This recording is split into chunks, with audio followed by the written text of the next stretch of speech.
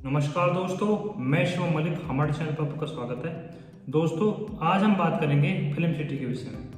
Film city के विषय में काफ़ी लोगों के फ़ोन आए कि उन्होंने ये जानकारी चाहिए कि ये क्या डिस्ट्रीब्यूट है। कुछ लोगों ने इस पर वीडियो बनाई है कि फिल्म सिटी कैंसिल होने जा रही है या कोई मतलब इसे प्रतिस्थापित किया जा सकता है। तो अब हम इसके विषय में बात करेंगे, ये पूरा माजरा क्या है।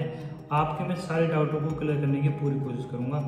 दोस्तों, फिल्म सिटी जो आप जानते हैं, मोनी कपूर और भूटानी ग्रुप द्वारा उसे विकसित किया जाएगा, जो 1 से 1.5 महीने पहले अथॉरिटी के उनका एग्रीमेंट हो चुका है, कागजी कार्रवाई पूरी हो चुकी है और अथॉरिटी उस पर फेंसिंग करा रही है।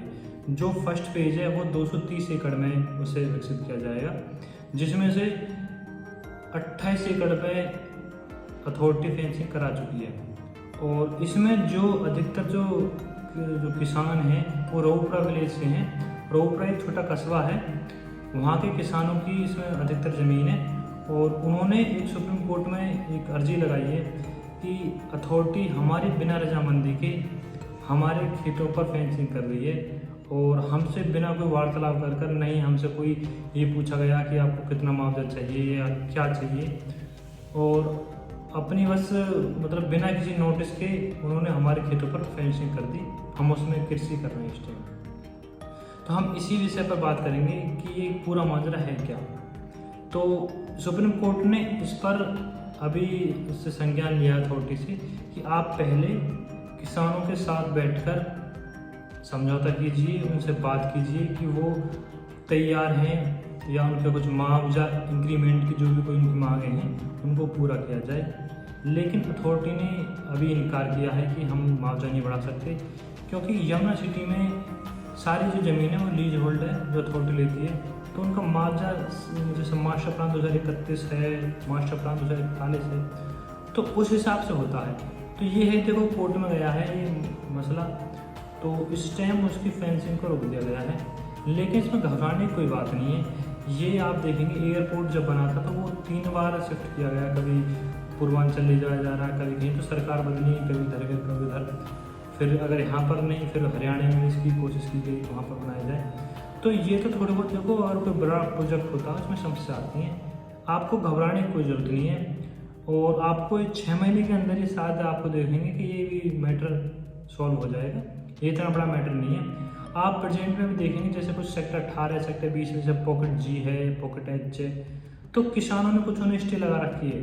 तो लेकिन अब किसान भी मान चुके हैं, जहाँ तक 90% लोगों ने स्वीकृति अपनी जाहिर कर दी है और अथॉरिटी उनको मुआवजा वितरित कर रही है। तो ऐसा नहीं है कि ये कोई हम ये कहें कि फिल्म सिटी यहाँ से कैंसिल हो जाएगी, ऐसा कुछ नहीं है। सिर्फ उसमें मुआवजे बढ़ाने की बात की गई है, तो अथॉरिटी उसको रिजर्व कर देगी, हमारी ऐसी आशा है। और फिल्म सिटी आप देखें कि 6 महीने के अंदर आपको शायद और काम आगे मतलब और तेज़ी से काम चलता आपको दिखेगा।